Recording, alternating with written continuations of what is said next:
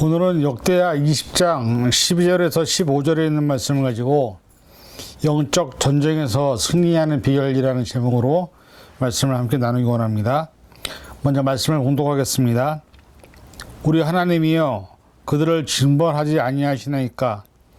우리를 치러 오는 이 큰 무리를 우리가 대적할 능력이 없고 어떻게 할 줄도 알지 못하옵고 오직 주만 바라보나이다 하고 유다 모든 사람들이 그들의 아내와 자녀와 어린아이와 더불어 여호와 앞에 섰더라. 여호와 영이 회중 가운데서 레위 사람 아하시엘에게 임하였으니 그는 아삽 자손 마띠냐의 현손이요 여이엘의 증손이요 분야의 손자요 스가랴의 아들이더라. 야하시엘이 이르되 온 유다와 예루살렘 주민과 여호사밧 왕이여 들을지어다. 여호와께서 이같이 너에게 말씀하시기를 너희는 이 큰 무리로 말미암아 두려워하거나 놀라지 말라.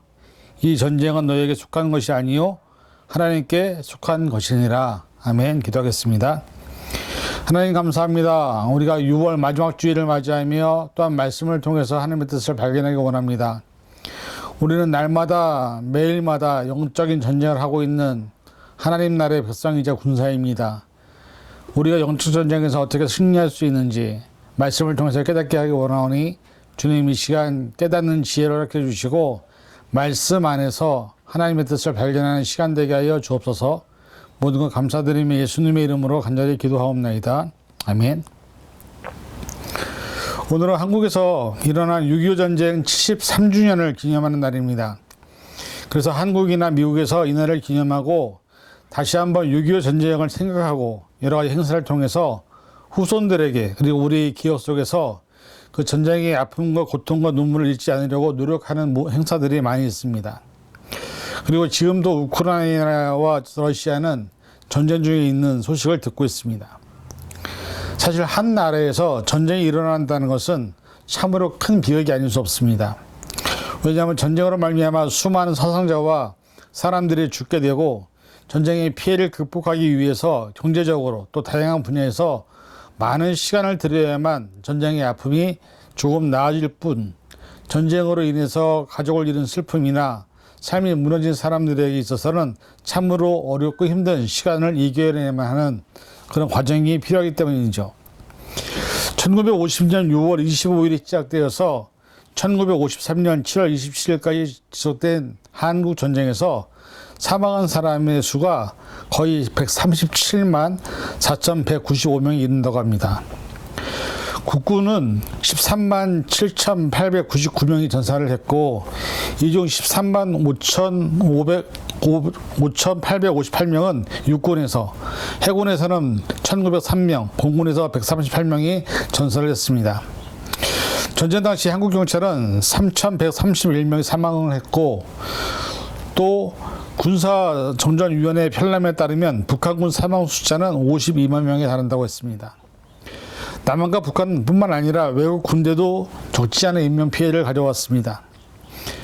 유엔군 사망 숫자는 3만 7,902명에 달했고 이 중 3만 3,668명이 미군에서 사망자가 나왔습니다. 중공군에서도 14만 8,600명의 사망자가 발생했습니다. 이렇게 공개적으로 또 통계에 따르면 한국 전쟁, 한 전쟁으로만 사망한 수가 137만 명입니다. 근데 이것은 통계에 잡히지 않은 수를 더 포함하게 될 경우 더 크게 나타난다는 것이죠. 이러한 전쟁은 인류의 역사 이래 수없이 나라와 나라 사이에 일어났습니다. 이스라엘 역시 수없는 외세 침략, 여러 나라의 전쟁을 시도했었고 그에 대응하는 수많은 역사적인 사건들을 지나온 우리나라처럼 외세 침략이 너무나 많은 아주 작은 나라였습니다. 오늘 본문은 역대상 20장 여호사밧 왕이 모압과 암몬과 싸워서 승리한 이야기를 다루고 있습니다. 역대하 20장 1절에서 4절에는 여호사밧이 모압과 암몬의 공격을 받고 금식하며 기도한 내용입니다. 얼마 뒤에 모압 자손과 암몬 자손이 마온 사람들과 결탁하여 여호사밧에게 맞서서 싸움을 걸어왔습니다. 전령들이 와서 여호사밧에게 큰 부대가 사해 건너편 에돔에서 왕을 치러 왔는데 그들은 이미 하사손다말 곧 엔게디에 쳐들어와 있다고 보고하였습니다. 이에 놀란 여호사밧은 여호와께서 인도해 주실 것을 비는 기도를 드렸고 온 유다 백성에게 같이 금식을 하며 기도하자고 명령을 내립니다. 백성이 유다 각 성읍에서 예루살렘에 모여 여호와의 뜻을 위해서 금식 기도를 함께 했습니다. 여호사밧은 하나님께 매달릴 수밖에 없었습니다. 왜냐하면 자신의 힘으로 모압과 암몬 군대를 이길 수 없다는 것을 누구보다도 잘 알았기 때문입니다. 그래서 이렇게 기도합니다. 우리 편을 드시는 하나님, 그들에게 벌을 내리지 않으시렵니까? 우리를 치러 온 저 큰 군대를 대적할 능력이 우리에게는 없고 어찌할 바도 알지 못하고 이렇게 주님만 바라보고 있다라고 고백을 합니다.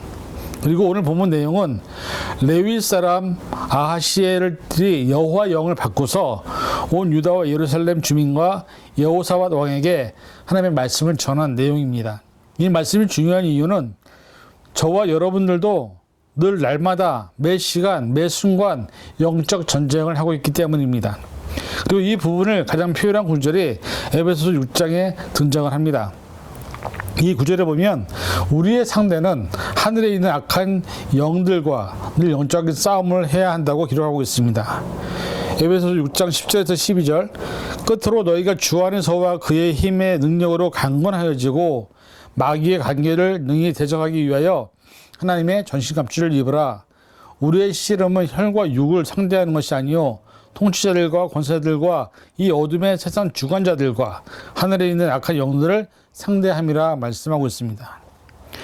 이러한 차원에서 저와 여러분의 영적 전쟁을 늘 승리하기 위해서 갖춰야 될 것, 그리고 어떤 믿음으로 살아야 하는지 말씀을 통해서 살펴보면서 우리의 영적 상태를 점검하고 영적인 싸움에서 승리하기 위해서 어떻게 신앙생활을 해야 하는지 살펴보는 시간이 되기를 간절히 주의 이름으로 축원을 드립니다. 첫째는 우리는 영적인 존재이기 때문에 영의 일을 또 영의 생각을 하고 살아야 합니다. 로마서 5장 5절에서 8절 육신을 따르는 자는 육신의 일을, 영을 따르는 자는 영의 일을 생각하나니 육신의 생각은 사망이요 영의 생각은 생명과 평안이니라. 육신의 생각은 하나님과 원수가 되나니 이는 하나님의 법에 굴복하지 아니할 뿐 아니라 할 수도 없음이라. 육신에 있는 자들은 하나님을 기쁘시게 할 수 없느니라 말씀하고 있습니다. 이 말씀에 보면 성경은 사람을 두 가지로 분류를 합니다. 육신을 따르는 사람들, 즉 육신의 일을 하는 사람과 영을 따르는 영의 일을 하는 사람으로 나눕니다. 그리고 다음 구절에서 육신의 생각은 하나님과 원수가 되지만 영의 생각을 하는 사람에게 주시는 것은 생명과 평안이라고 말씀하고 있습니다. 사람의 모든 삶을 주관하는 것이 바로 생각과 마음입니다. 우리의 생각이 어떤 생각을 하는지에 따라서 또 우리의 마음이 있는 곳에 물질이 있다고 하신 것처럼 사람은 누구나 생각과 마음에 따라 모든 선택과 결정을 하는 존재라고 해도 과언이 아닐 것입니다. 그런데 중요한 것은 사람이 어떤 선택과 결정을 할 때 가장 많은 영향을 주는 것이 바로 보는 것입니다. 눈으로 보는 것이 모든 결정과 선택을 하는데 가장 중요한 역할을 하게 됩니다. 그 대표적인 인물이 바로 선악과를 따먹은 하와가 아닐까요? 하나님은 에덴 동산에서 아담과 하와를 만드시고 그들의 자유롭게 동산에서 거닐고 모든 것을 다스리라고 하셨습니다. 그러나 단 한 가지 선악을 알게 하는 나무는 만지지도 말고 따먹지도 말라고 명령을 내리셨습니다. 창세기 2장 17절 선악을 알게 하는 나무의 열매는 먹지 말라. 내가 먹는 날에는 반드시 죽으리라 하시니라. 그런데 사탄인 뱀은 하와를 유혹하여 결국 선악과를 따먹게 하고 그 남편에게도 주어서 먹게 하는데 유혹을 받은 후에 하와에게 선악과는 이렇게 보였습니다. 창세기 3장 6절 여자가 그 나무를 본즉 먹음직도 하고 보암직도 하고 지혜롭게 할 만큼 탐스럽기도 한 나무인지라. 여자가 그 열매를 따먹고 자기와 함께 있는 남편에게도 주매 그도 먹은지라. 먹음직도 하고 보암직도 하고 지혜롭게 할 만큼 탐스럽게 한 이 나무로 보였기 때문에 그 눈을 통해서 결국 하나님의 말씀을 불순종하는 모습을 보게 됩니다. 사실 이 모습이 로마서에서는 세상의 일이라고 얘기하고 있습니다. 우리가 하나님의 뜻대로 순종한다고 산다고 하지만 우리는 늘 세상의 것들을 바라보면서 인식하며 살아갑니다. 그러다 보니 세상적으로 보이는 화려한 것들이나 눈으로 보이는 힘이나 능력 그리고 돈이 우리에게 있어서 정말로 필요한 것이라고 생각을 합니다. 그래서 많은 사람들이 하나님의 나라와 그의 의를 구하라고 하지만 눈에 보이지 않는 것보다 눈에 보이고 삶에 필요한 삶의 목적과 방향을 향해서 살아가게 되는 것입니다. 그래서 진리의 말씀이 우리에게 주어졌다 할지라도 눈에 보이는 것을 찾고 그것을 위해서 살아가다가 세상적인 것에 얽매인 하나님과 원수가 되는 삶을 살게 되는 것입니다. 오늘 우리가 선택하고 결정하는 그 모든 것이 하나님의 영으로 생각하고 판단하는 것인지 구분할 수 있어야 합니다. 왜냐하면 세상적인 것을 선택하고 결정할 때 주어지는 것은 결국 멸망과 심판만 있기 때문입니다. 우리는 언제 어디서든지 어떤 상황에서든지 영의 일을 생각하고 영의 생각을 하려고 노력할 때 눈에 보이는 세상적인 것이 아닌 하나님이 주시는 생명과 평안에 이르는 삶을 살 수 있게 된다는 사실을 기억하시고 우리 모두 영의 일을 영의 생각을 통해서 하나님과 동행하는 삶이 되기를 간절히 축원을 드립니다. 둘째는 모든 것을 영적으로 분별해야 합니다. 고린도전서 2장 10절에서 13절 오직 하나님의 성령으로 이것을 우리에게 보이셨으니 성령은 곧 하나님의 깊은 것까지도 통달하시느니라. 사람의 일을 사람의 속에 있는 영 외에 누가 알리요. 이와 같이 하나님의 일도 하나님의 영 외에는 아무도 알지 못하느니라. 우리가 세상의 영을 받지 아니하고 오직 하나님께로부터 온 영을 받았으니 이는 우리로 하여금 하나님께서 우리에게 은혜를 주신 것을 알게 하려 하심이라. 우리가 이것을 말하거니와 사람의 지혜가 가르친 말로 아니하고 오직 성령께서 가르치신 것으로 하니 영적인 일은 영적인 것으로 분별하느니라 말씀하고 있습니다. 영적인 전쟁에서 승리하는 길은 방금 읽은 말씀처럼 하나님으로부터 온 영을 통해서 하나님의 뜻과 섭리와 계시를 구분할 때 영적인 전쟁에서 승리하게 되는 것입니다. 사실 인간은 너무나 제한적인 한계적인 존재임을 우리가 잘 압니다. 우리는 눈에 보이는 것으로 모든 것을 판단합니다. 그러나 우리가 세상을 살면서 깨달아지는 것은 눈에 보이지 않는 수많은 선의와 이치들이 있다는 사실이죠.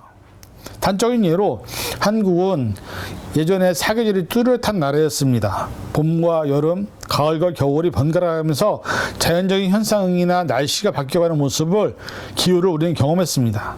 그런데 그 뚜렷한 사계절을 보면서 눈에 보이는 색깔이나 느껴지는 기후의 변화를 통해서 알게 되지만 그 내면에 자연 안에서 서로 간의 수많은 연결과 이치들이 서로 같이 움직이고 있다는 사실을 잘 알지 못하는 것이 우리의 모습이죠.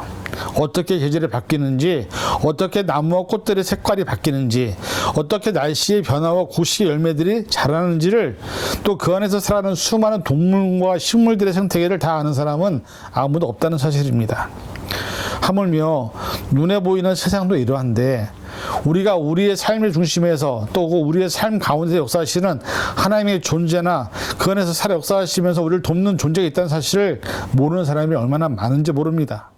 게다가 중요한 것은 우리가 생각하는 것처럼 우리의 삶의 방향과 환경이 우리의 뜻대로가 아니 우리가 바라고 원하는 대로가 아니라 하나님의 섭리와 계획 가운데서 움직이고 있다는 사실을 모른 채 살아가는 사람들이 얼마나 많은지 모릅니다. 그래서 성경은 우리가 영적으로 깨어 있어야 한다고 말씀하고 있는 것이고 영적인 분별력이 있어야 한다고 말씀하는 것입니다. 마가복음 13장 31절에서 33절 천지는 없어지겠으나 내 말은 없어지지 아니하리라. 그러나 그날과 그때는 아무도 모르니 하늘에 있는 천사들도 아들도 모르고 아버지만 아시느니라. 주의하라 깨어 있으라. 그때가 언제인지 알지 못함이라. 이 말씀 역시 우리에게 주의하고 깨어있으라 경고하고 있습니다. 깨어있다는 의미는 영적으로 깨어있는 것, 영적으로 분별해야 된다는 것을 말하고 있습니다. 오늘 우리는 영적으로 말씀 앞에서 깨어있는지 스스로 돌아보아야 합니다. 가장 중요한 것은 하나님과 영적인 교류가 있는지, 기도와 말씀으로 하나님 안에 살아있는지, 또 하나님의 뜻을 삶에서 실천하고 있는지 돌아보아야 합니다. 우리 안에 말씀이 없고 기도가 없고 예배가 없다면 절대로 영적인 싸움에서 승리할 수 없다는 것을 기억하시고 우리가 모든 살아있는 시간 동안 하나님과 함께 영적으로 분별하는 삶의 모습이 있어야 한다는 것을 기억하시기 바랍니다. 우리 모두 하나님이 언제 오실지 언제 심판이 임할지 모릅니다.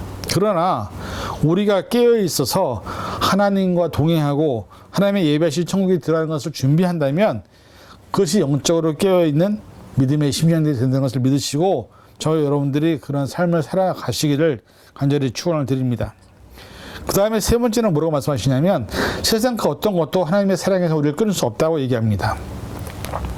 로마서 8장 35절에서 39절 누가 우리를 그리스도의 사랑에서 끊으리요 혼란이나 곤고나 박해나 기근이나 적신이나 위험이랴 칼이랴 기록된 바와 종일 주를 위하여 죽임을 당하게 되며 도살당할 양같이 여김을 받았나이다 함과 같으니라. 그러나 이 모든 일에 우리를 사랑하신 이로 말미암아 우리가 넉넉히 이기느니라.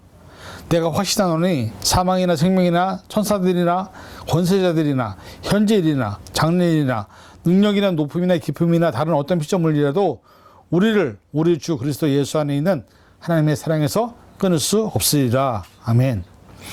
우리는 하나님께 붙잡힌 하나님의 자녀들입니다. 그래서 사실 우리를 공격하고 우리를 넘어뜨리는 수많은 악한 존재들이 있다 하더라도 우리가 두려워하지 말아야 될 이유가 바로 이 말씀 안에 있습니다. 그런데 왜 사람들은 아예 끝나지 않은 삶의 과정에서 때로 넘어지기도 하고 때로 실패하기도 하고 때로는 실수할 수도 있지만 쓰러질 수도 있지만 그럼에도 불구하고 과정 안에서 무너지는지 모르겠습니다. 왜냐하면 그 과정은 우리의 삶의 결과가 아니기 때문이죠. 세상에 수많은 사람들이 자신이 생각하는 꿈과 성공의 기준을 향해서 달려갑니다.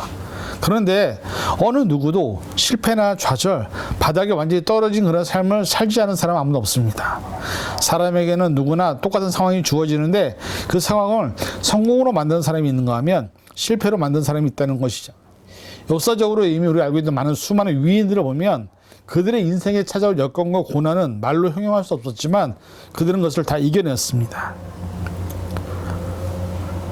월터 디즈니라는 유명한 우리가 사람을 압니다. 회사를 차린 후 1년 만에 자금 부족으로 파산을 선언해야 했습니다. 그러나 그는 돈 때문에 무너지지 않았습니다. 그는 수중에 지닌 돈을 털어 헐리우드로 가는 차비를 마련했고 그 후에 그의 이야기는 우리가 아는 바대로 큰 유명한 사람이 되었던 것이죠. 마이클 조던이라는 농구선수는 고등학교 2학년 때 농구선수 선발에서 발탁되는 탈락하는 비운을 맛보아야 했습니다. 그러나 그는 그 경험에서 좌절하지 않고 더 많이 분발하고 노력해서 결국 NBA에서 6번이나 우승하는 영예를 거머쥐었습니다. 실버스타 스텔론은 사람들로부터 성공하지 못할 것이라는 소리를 듣곤 했습니다. 그의 인생 최악의 시기에 영화 로키 시나리오를 써서 $35만 받고 영화사에 팔고자 했습니다. 그러나 영화사는 그가 주인공으로 출연하지 않으면 대본을 살 수 없다고 했습니다. 영화사가 그의 대본을 냉큼 사주었다면 오늘날 실버 스텔론이라는 대배우의 명성보다는 시나리오 작가라는 작은 만족에 머물렀을 것입니다. 스티븐 잡스는 자신이 만든 회사에서 쫓겨내야 했습니다. 하지만 그는 이를 기회로 삼았습니다. 그는 자식에게 찾아온 가장 좋은 황금 시기였다고 그 회고를 합니다. 회사를 나옴으로써 자유를 줬고 인생에서 가장 창의력이 활발한 시기를 맞이할 수 있었던 것이죠. 그래서 애플사를 복귀함으로 해서 이를 증명해냈습니다. 이런 사람들의 삶을 보면 저는 그 사람들의 시장이 있는지 아닌지 잘 모릅니다. 그러나 그들은 자신의 삶에 주어진 실패와 좌절, 절망을 이겨내고 결국 성공한 사람들로 거듭난 사람들입니다.